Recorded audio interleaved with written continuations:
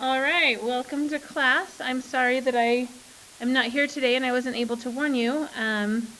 We have a sick family at my house, so I apologize, and if you need something from me, please come back tomorrow.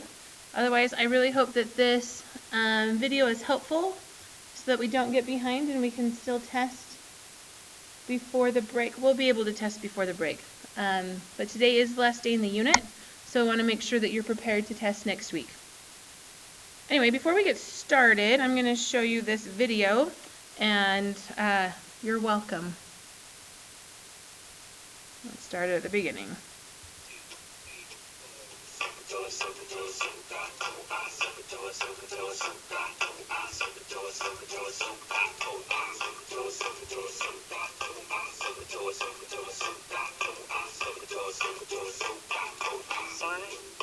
Opposite hypotenuse sine, opposite hypotenuse sine, opposite hypotenuse cosine, adjacent hypotenuse cosine, adjacent hypotenuse cosine, adjacent hypotenuse tangent, opposite adjacent tangent, opposite adjacent tangent, opposite adjacent long sides and hypotenuse, and the other two sides depend on which angle you're focusing on.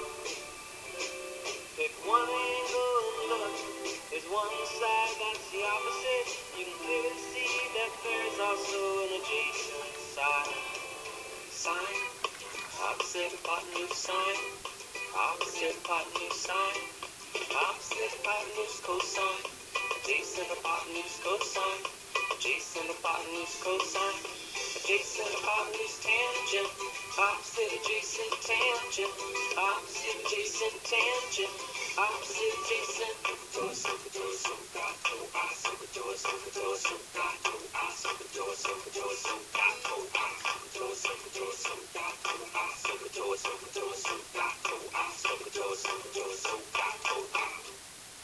Every Thursday there will be a new educational song right here on my channel. So Yep, and if you want to go find it, Sokotoa. You're welcome. Okay, so I have no idea which ones you have questions with. Let's do some of these together, though. I think we started setting up number one together in class. And you need to make sure I remember to talk loud. Okay, we started setting up problem number one together in class. So just to make sure you got it right, there's a couple of these problems that are exceptions to kind of what we practiced last time. So for number one, a 6-foot tall man is standing 50 feet away from a flagpole.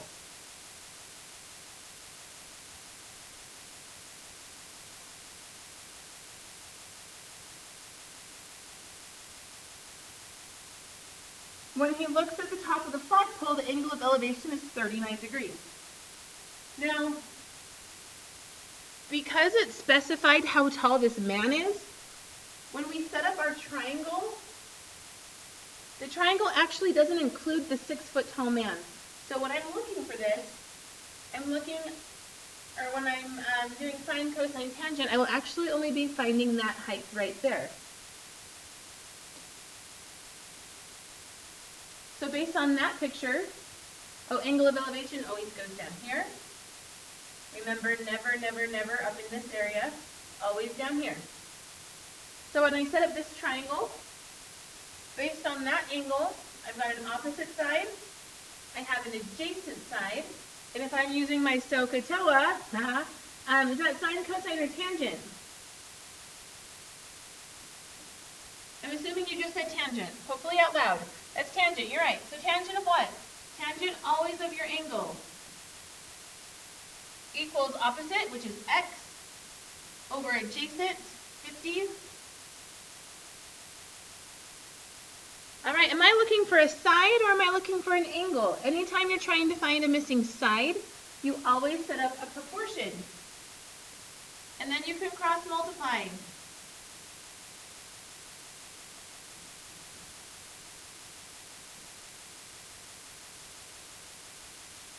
If you haven't done so already, go ahead and plug that into your calculator.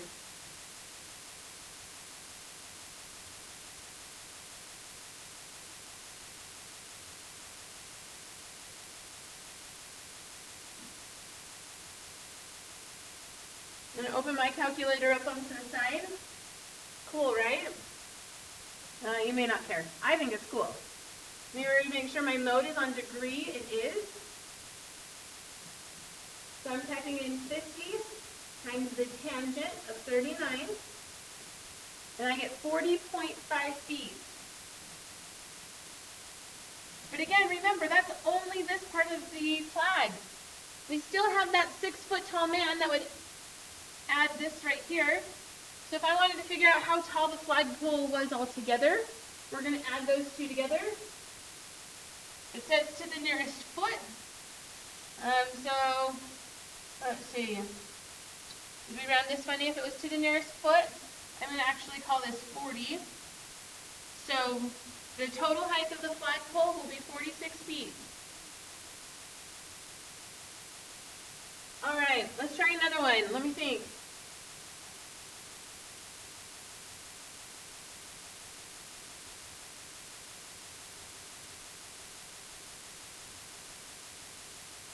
Number 5. This one's written kind of poorly. A little girl is watching planes take off the runway from the building's rooftop 40 meters away from the airport. So you have this airport.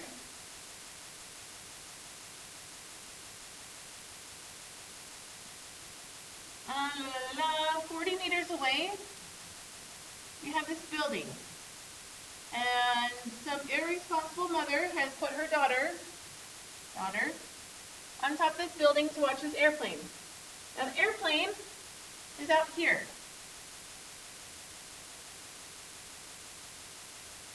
To actually make it a helicopter, remember my drawings are not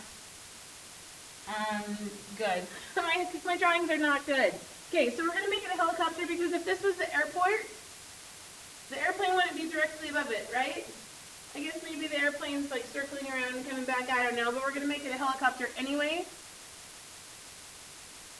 Besides, I think my helicopters look better than my airplanes do. Again, no judgment, right? Ooh.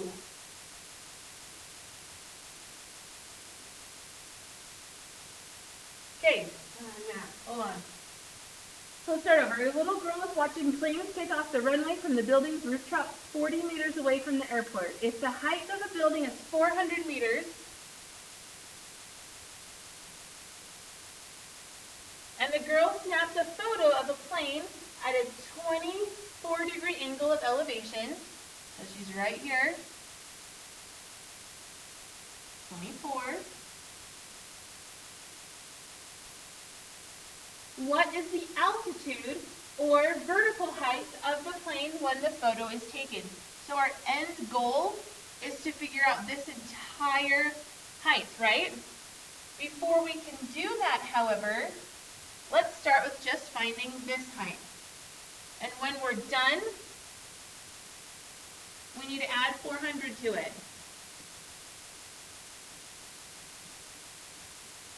Because X is going to be the height from the helicopter to kind of parallel out to where the girl is, right here.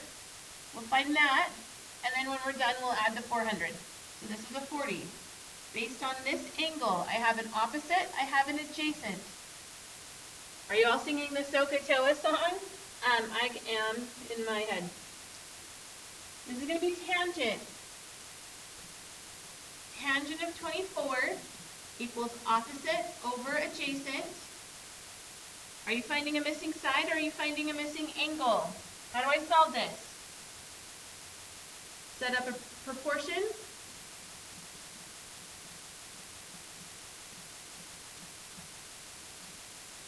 And then let's calculate it. So on your calculator, 40 times the tangent of 24. Now you have to be able to work your calculator. I'm not going to be able to help you on the test if your calculator's doing something that you don't know what it's doing. Almost always it's a user error if there's a mistake that's being made. So please make sure you know how to use the calculator that you will be using on the test. And don't assume that I will have a calculator available for you to borrow. It's getting near the time where everyone's going to need a graphing calculator. You can still rent them from the school. You need one soon. So There's my pitch for calculators. All right, so that vertical distance is 17.8 meters right here. Now my plan was to take that and add the 400 onto it.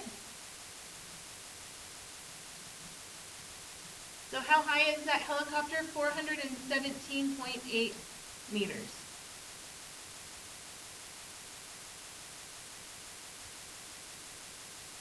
All right, let's do maybe one or two more.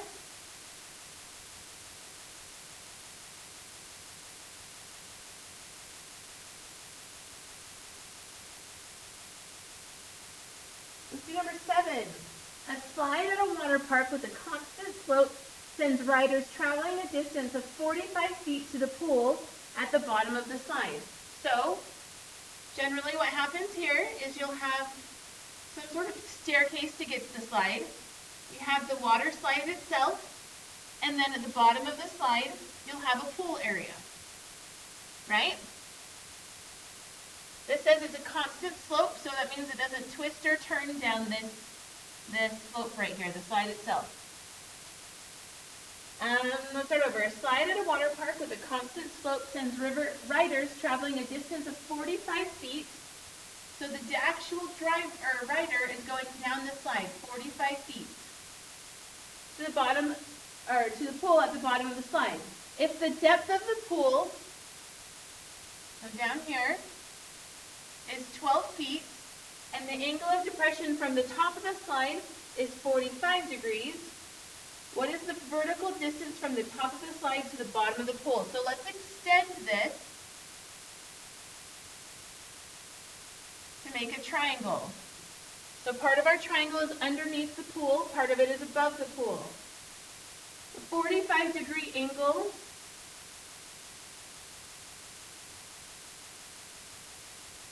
goes here. What is the vertical distance from the top of the slide to the bottom of the pool? Well, the top of the slide is here, bottom of the pool here. Between those two, that's the value we're searching for.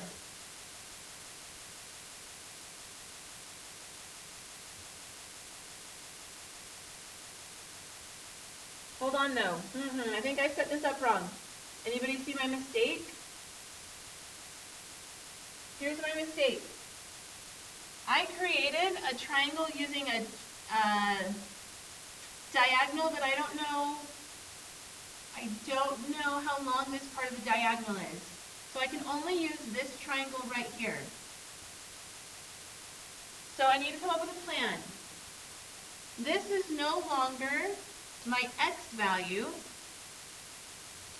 This is my x value, just the purple part. So once I find my x value, I have to add what to it? So once I find my x, I need the depth of the pool, which is 12 feet, right? So my plan is I find x, I add 12, and I get the total vertical distance, right? That's my solution. So this is still my 45-degree angle. Based on that angle, I have an opposite. I have a hypotenuse.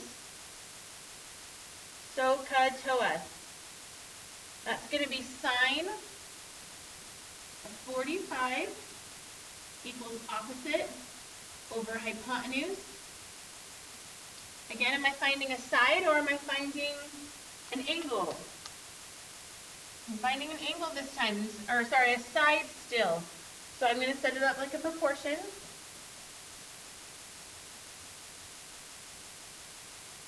A lot of 45s here.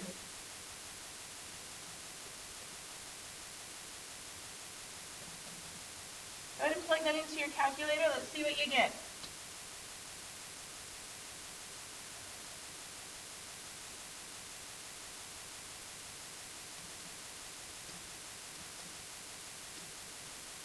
Times the sine of 45 is a 31.8 foot. But again, that's only this distance right here. I need the entire distance.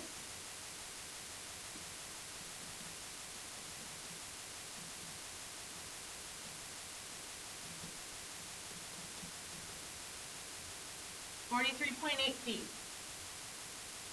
Okay, I'm going to do one more, simply because I really like problem number 8. Problem number 8 is a continuation of my Olivia story from last time. The part of the story I didn't tell you, what we found out later, is that the pirates weren't trying to catch Tommy.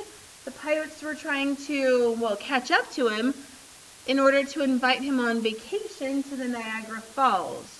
So once Olivia and the pirates and Tommy all talked it out, they realized that they weren't fighting. They just wanted to spend a weekend together viewing the falls. So, tourists marvel. Are you laughing or rolling your eyes? You might be rolling your eyes. I don't care.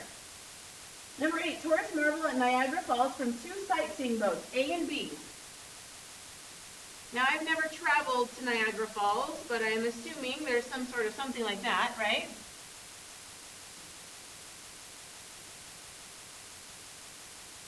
And you have boat A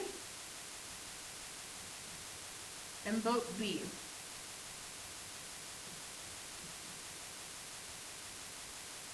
The boats are 100 feet and 150 feet away from the base of the falls. So, this one right here, 100. This one right here, 150. Respectively, given that Niagara Falls is 167 feet high,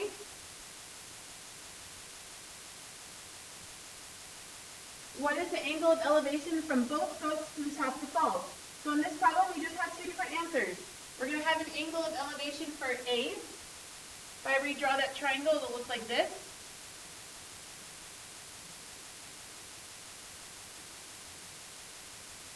Sorry, there's not a lot of room to write if you drew a big picture. Your other triangle will have a different variable right here, or angle. We're going to call it beta. Looks like a B with a little tail. Beta is also a Greek letter, often used for angles as well. This one's going to be 167 still because that's the height of the falls, and 150 will be the base. So on this one, are we trying to find an angle or a side? This one we're finding an angle, 2 different ones, 2 different problems. We have problem A and problem B. I guess we could have just called them A and B. That's okay. I'm trying to find the angle A. This is my opposite, this is my adjacent. Sine, cosine, tangent. Tangent, you might even say it tangent A sometimes, so I guess maybe ignore that I did this, and let's just call it by their outside letter, which is totally fine. Tangent of angle A is opposite over adjacent. Now how do I cancel a tangent? If I want to solve for an angle, I have to cancel just the tangent part. So I'm going to do the arc tangent, or the tangent inverse.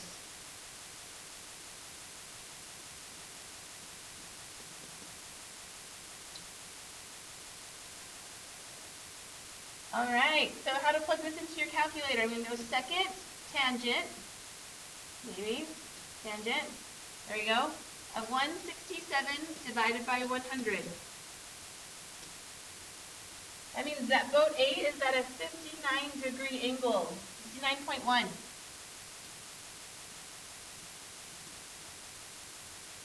Okay, let's do angle B now. Based on this angle, I have an opposite, I have an adjacent again. Again, that's tangent. Tangent of angle B, 167 over 150. Now, we expect our angle to be smaller or bigger. We expect it to be smaller, right? Because the closer I am to something, or the further I am away from it, changes my angle. So the further the boat is, the smaller that angle. They don't have to look up as much. If you're closer to it, kind of think of like yourself in the movie theater. Have you ever sat in the front row? What's your angle? Do you have to look really high? Or is it a nice, comfortable viewing experience? If you're on the front row, you have to slouch down and look straight up, right? That's because the angle that you're looking is greater. Oh, look at that. Okay, if I want to cancel the tangent, I'm going to tangent inverse. Those will cancel. And let's figure out what B is. All right. Tangent inverse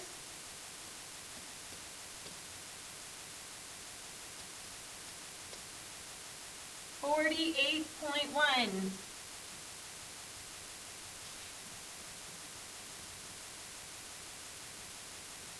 So that's one answer, and I'm sorry again, there's not a lot of room. That's another answer.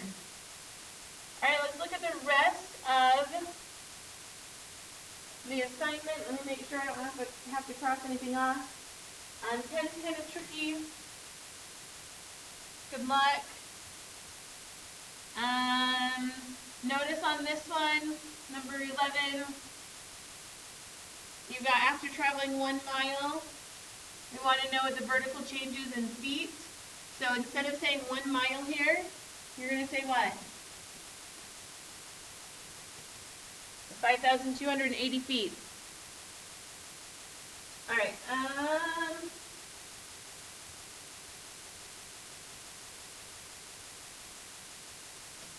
This is a long assignment. Number 16, number 17. Number 16 is missing some information. Let's call this a 45-degree angle.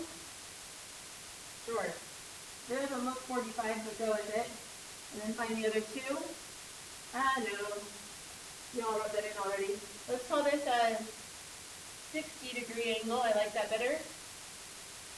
And look at the other two. And then for number 17, let's make 16 and 17 extra credit. So you don't have to do those, and that should be the end of the assignment. Okay, it's time to move on to today's assignment. If you'll get out your notes, please. Ah, beauty.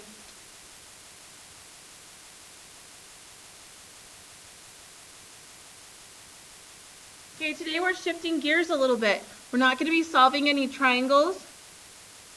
We're only going to look at the Pythagorean identities. So we've talked about sine, cosine, tangent. There's a whole branch of trig. There's actually an entire class in college that you can take, and all you do is study trig. You look at all sorts of crazy stuff. So this is kind of the very beginnings of that. We're looking at a couple of trig identities. So the Pythagorean identity can be used to simplify trig expressions. This identity, which you need to memorize, is just kidding. It actually looks a lot like the Pythagorean theorem. Let me try that again. It's sine squared theta, that's how you write sine squared, plus cosine squared theta equals 1. So if I ever have a sine squared plus cosine squared, I could substitute that with a 1. Now I could write this a few different ways. If I subtracted the sine theta from both sides, don't write that part down. If I subtracted that, these would cancel, right? And you would have cosine squared theta equals 1 minus sine squared theta.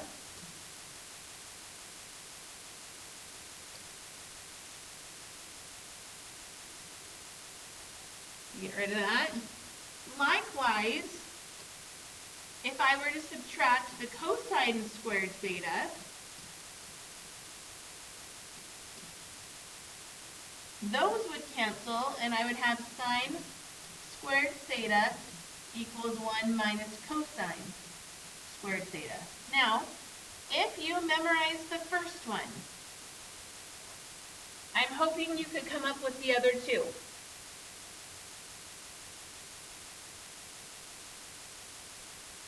Okay, a couple more that you need to know. These three right here are new. I told you at the beginning of the unit we were studying 6 trig functions. We would look at 3 in depth. We've used the first 3 days of the unit to do that. So sine, cosine, tangent we have studied in depth. The next 3, the first one is cosecant.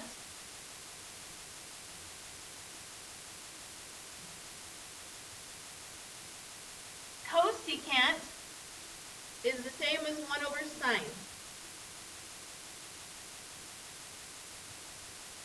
Secant is the same as 1 over cosine. And here's how I remember which one's which, although I don't know the best way to remember it, but here's what I do. The cosecant starts with a C, sine starts with an S. I know they go together because they're kind of opposite of each other. Cosine starts with a C, secant starts with an S. So I've got a CS pair on both of those. I don't know if that's helpful. That's how I remember it. That the sine is not going to go with the secant because they both start with S, and I know it has to be an SC pair. Okay, last one. This is the cotangent. Cotangent is 1 over tangent. It's easier to remember. We won't be using those a ton, although we will a little bit. This up here, and then also that one, is the most important.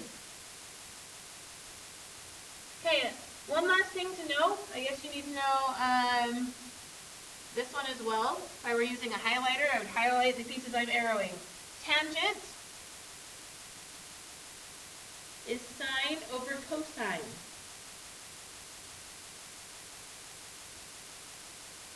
So my whole goal with this, I'm going to be giving you some like miserable looking equations. And we need to substitute, which you should have practiced doing in previous classes, we need to substitute things in and out to try to reduce the fractions or the equations. So anytime I see a tangent, I'm going to change it to a sine cosine. Anytime I see a cotangent, now cotangent is the flip of tangent, so cotangent is cosine over sine. They're just opposite of each other, notice.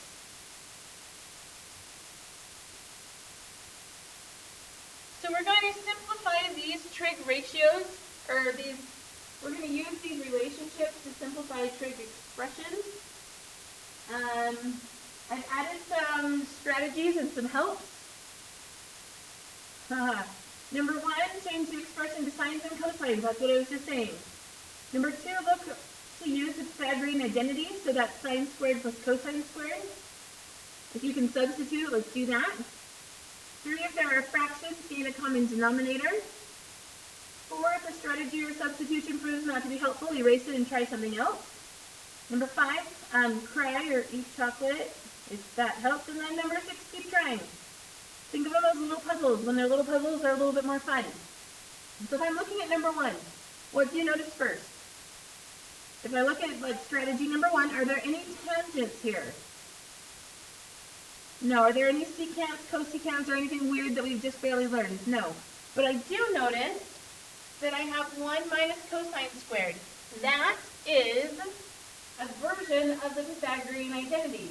1 minus cosine squared, right? So 1 minus cosine squared is sine squared. Let's substitute that. On bottom, instead of saying this, I'm going to substitute it for sine squared theta. And again, how did I know that? Look at the very top of the page. Sine squared equals 1 minus cosine. So we make that substitution. I used theta out of habit. It should have been x, because that's what variable I'm using over here. I want to rewrite the bottom. I won't normally do this, except for I want to prove a point. On bottom, it's sine squared x. That's the same thing as writing it like that.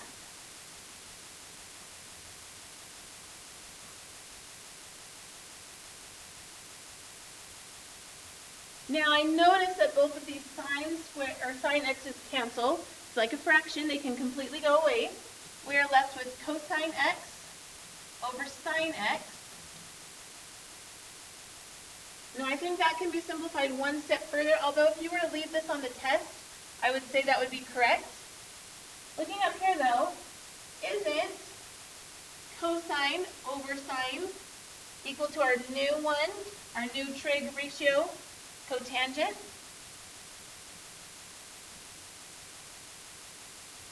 Why, yes it is. Alright, so these are hard. I understand that they're hard. Dang, I wish I had chocolate to give you.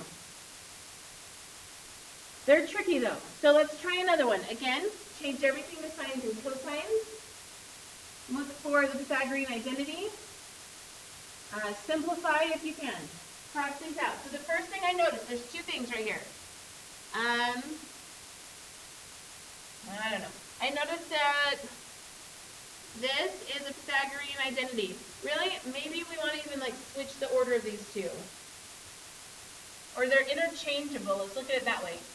We look at the top of our paper. Sine squared plus cosine squared. That's the one you have to have memorized. Sine squared plus cosine squared equals 1. So I'm going to substitute this right here. Instead of saying sine squared plus cosine squared, I'm going to call it a 1 on bottom.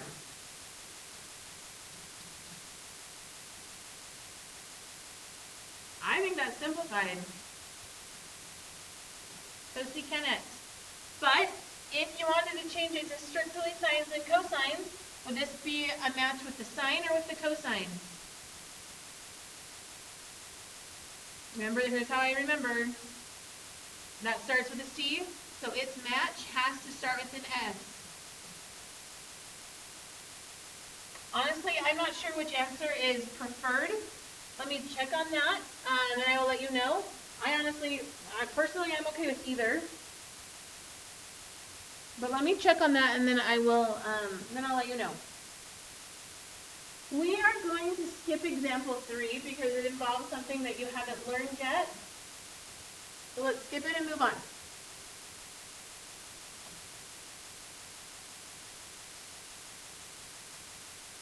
All right, try the next one. Number 4. Anytime you see a 1 minus, look at your identities. So sine squared plus cosine squared equals 1. That's one of them. 1 minus sine is cosine. 1 minus sine squared is cosine squared. Sorry. And the last one, 1 minus cosine squared is sine. So if we look at our steps, 1, switch them all to sine, cosine. They are on number 4. 2, look for any of the Pythagorean identities. This one shows up, and this one shows up. Do you agree? On top, 1 minus cosine is right here. So that equals the sine of x. On bottom, 1 minus sine shows up right here. That's the cosine of x. Now that does, we could rewrite it.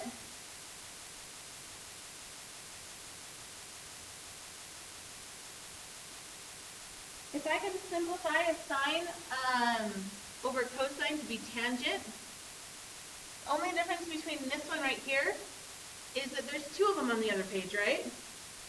This is the same thing as saying sine x, cosine. I know it doesn't look like we're getting more simplified, but what is this right here? That's tangent. What is this right here? That's tangent. So I could reduce this and call it tangent squared x. And that's how I'll leave it.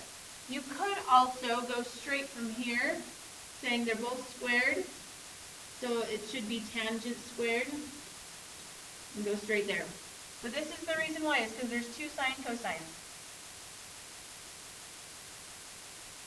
All right, try number 5. See what you can do.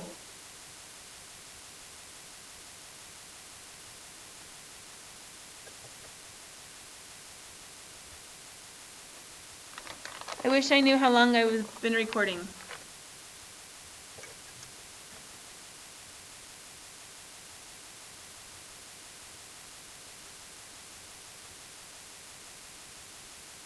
There's our first substitution.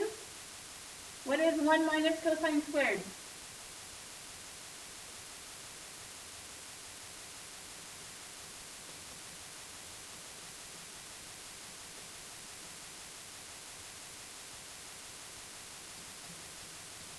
If you wanted to rewrite that, sine squared x is going to be sine x times sine x. And then think of this like a fraction. If this was 5 and that was 5, they would simply cancel, right? So the signs will cancel as well. final answer? Sine x.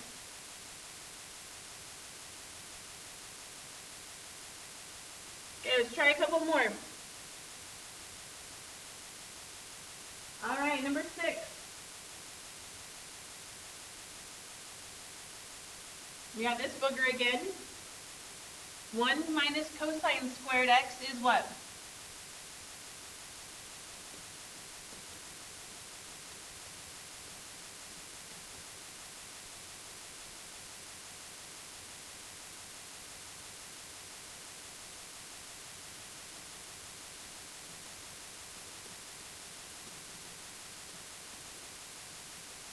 I could rewrite it like that, because there's 2 sine x's. This right here could simplify into a what? So we change it to sine cosine in order to cancel things. And then in the end, we're going to change it back to tangents if we can. So this right here is a tangent.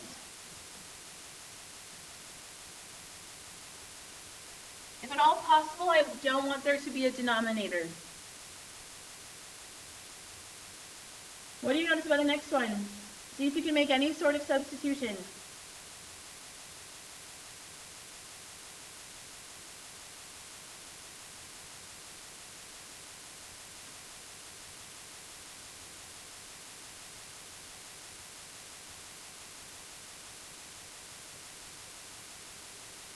And then we're going to add some notes at the bottom.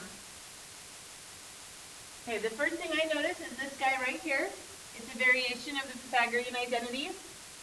This can be substituted as cosine squared x times secant. Remember secant starts with an s, so it matches up with the 1 over cosine x. Now if you wanted to rewrite this, instead of saying cosine squared, I just deleted the squared. Did you see it? If I want to write it as cosine times cosine, what's going to happen here? It's kind of like saying 5 times 5 times 1/5. So if I had this problem right here, the 5's would cancel and I'd just be left with 5, right? 1 5 on bottom would cancel with 1 5 on top. The same thing's going to happen here. A cosine on top cancels with a cosine on bottom. You're left with cosine times 1, and you just have cosine x.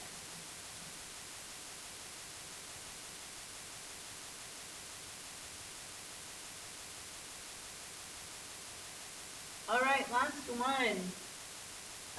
Because number 9 also involves something that you don't know how to do yet, so we can't do it. Last one, what do you notice? They're both cosine squared x.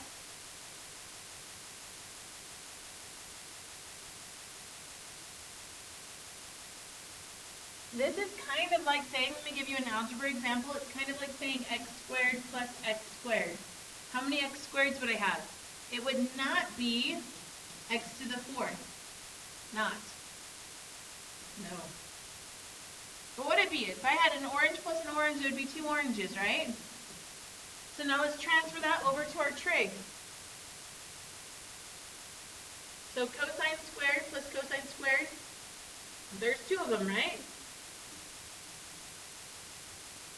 And if I look at my identities, I don't have anything with the 2 cosine squared x, so I'm just going to leave it like that. That's all I can do. Okay, one last thing. On your homework, there is a few problems that I did not put on the notes accidentally. I'm sorry.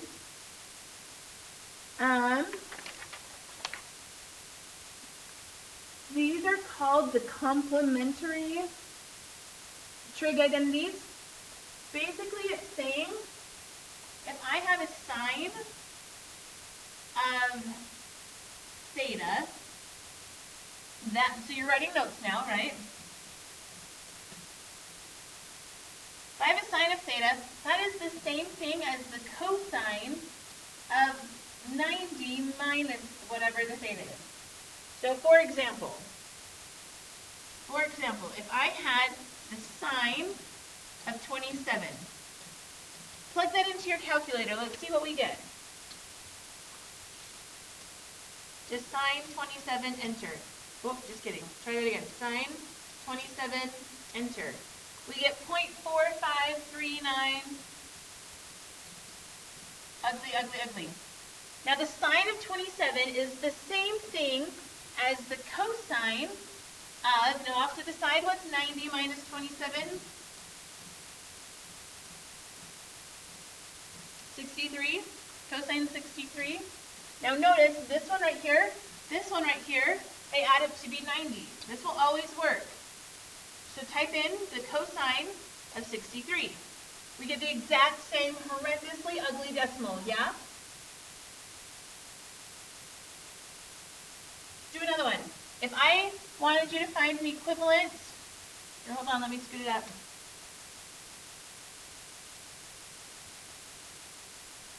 If I wanted you to find an equivalent trig ratio to the cosine of 15, how would you do it?